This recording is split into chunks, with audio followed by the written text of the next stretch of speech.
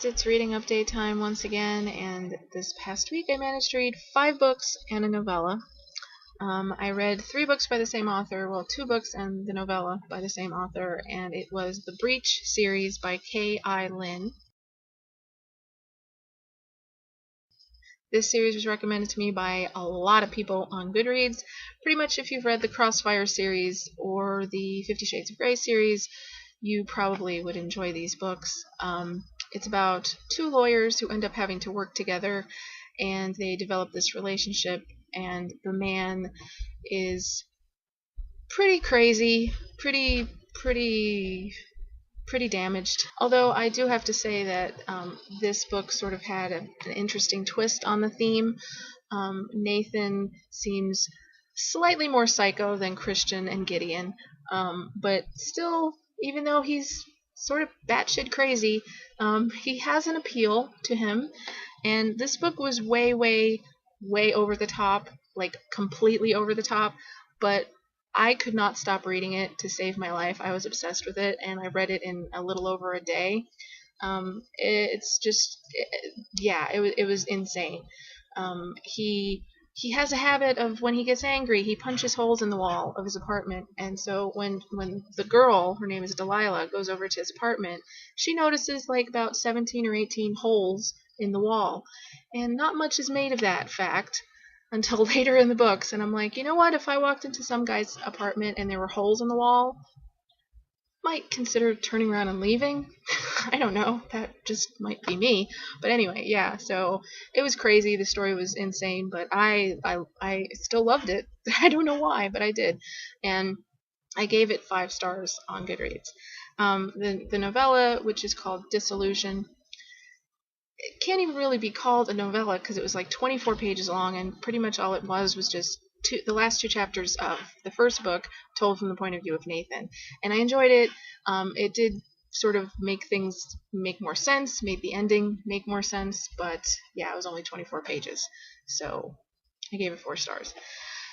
And then we come to the third book, which was called Infraction.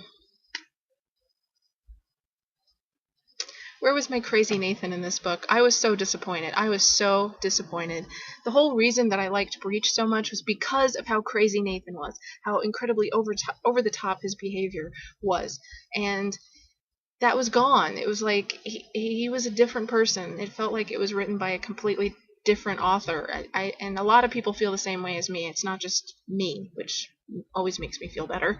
I was extremely disappointed in this book. I just kept waiting for the old Nathan to pop his crazy head out once again, but no. There's a running joke in the book about how he had gotten the lobotomy, and I'm like, that's pretty much how it is, because he's not the same character as he was in the first book, and that's very disappointing. I ended up giving that like 2.5 stars on Goodreads.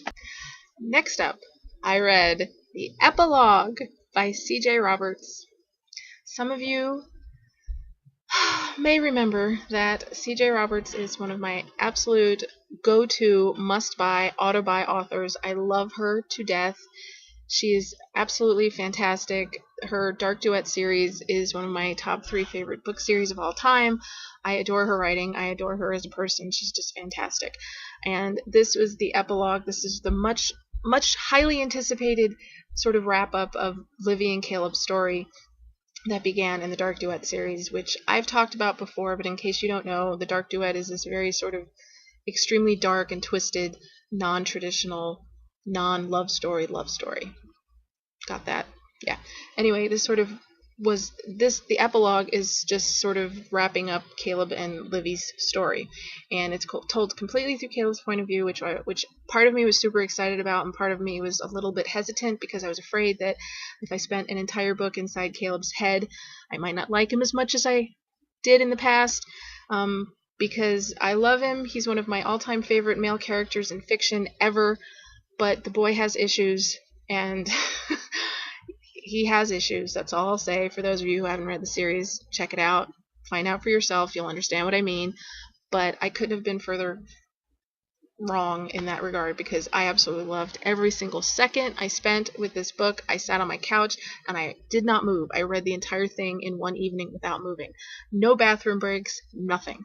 I loved every second of it. It was beautiful. I practically highlighted the entire book, and at the very end, I loved the fact that she put the end for now, which gives me hope that maybe she has more in store for Livy and Caleb, because I would be such a happy girl. Anyway, this was fantastic. It was another 6-star read for me. So after spending some much needed quality time with Caleb, I decided to go completely in the opposite direction and decided to read Fangirl by Rainbow Rowell.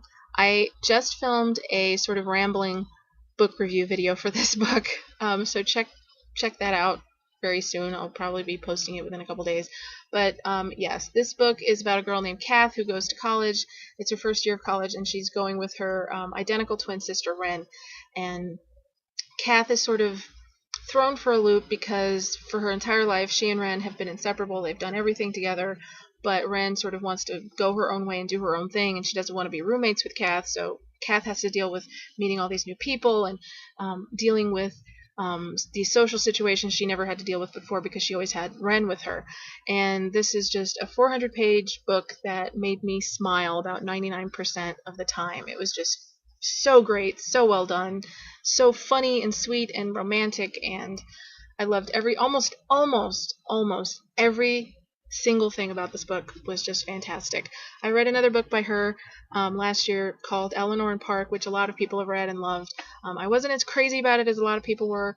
I didn't particularly like the ending, but this one was 10 times better. It was fantastic. It's definitely going to be in my top favorite books of 2013 list. So, yes, highly, highly recommended. And once again, another 6-star read for me. I was pretty lucky this past week or so with books. So yeah, this was really, really excellent. And finally, the last book that I read, and I'm not sure how well this cover is going to come up on the screen. I don't know why the picture is so small, but it is The Dark Divine by Bree Despin. I think that's how you say her name. This is a YA book that I've had for quite a while and just decided to pick up and read finally. It's sort of a unique twist on the whole shifter werewolf thing, and for the first 75% of this book, I was just really, really, really into it. I loved the writing style. I liked the characters. I was enjoying it quite a bit. But unfortunately, towards the end, it's kind of started to fall apart a little bit, and it sort of veered into the preachy territory, having to do with the fact that the main character is the daughter of a pastor, and there's a lot of sort of religious undertones and everything that wasn't prevalent at the beginning part of the book. It became more so towards the end that sort of got on my nerves. But other than that, it was enjoyable. I gave it 3 stars, and I enjoyed it enough to read the second book in the series, and I've heard that the other 2 books in the series are much better than this one. So yeah, and actually 3 stars for a shifter story is actually pretty good for me, because normally I don't like them. With the exception of the Shiver series by Maggie Stiefvater, I've never really read a book about werewolves that I've liked. But this was sort of different and unique, and I enjoyed it, if it wasn't for the ending. So yeah. So I gave it 3 stars. Okay, so that's pretty much it. That's what I read as far as what I'm going to read. I'm not really sure right now. I just finished The Dark Divine like this afternoon, so I'm not really sure what I'm going to pick up next. Part of me really, really, really, really wants to finish reading Kingdom of the Wicked by Derek Landy, which is book 7 in the Skullduggery Pleasant series. But then a bigger part of me is actually trying to put it off for as long as possible, because I just got book 8. I had to order it through Amazon UK because, of course, these books are not available in the United States for some ungodly reason. I have no idea why. But yeah, I just got book 8 in the mail, and seeing the cover in person really makes me a little worried about where this series is going, knowing that the last book is coming out next year. Look at this cover. Seriously, he's trying to kill me. What the hell? What the hell, Derek Landy? And look how freaking big this book is. Oh my god, it's the biggest book in the series. And I've seen some posts on Tumblr from people who've read this book, and they're pretty much a sobbing mess by the end, and I just don't know if my emotions can handle that right now. So yeah, maybe I'll just read something really uplifting and happy, like a Megan Hart book or something. And if you've read Megan Hart, you know how sarcastic I'm being right now. But yeah, I have no idea what I'm going to read next, but I'm sure I'll find something. Yeah, so that's pretty much it for this time. Thanks for watching, you guys. Until next time, you guys, I will talk to you later. Happy reading, guys.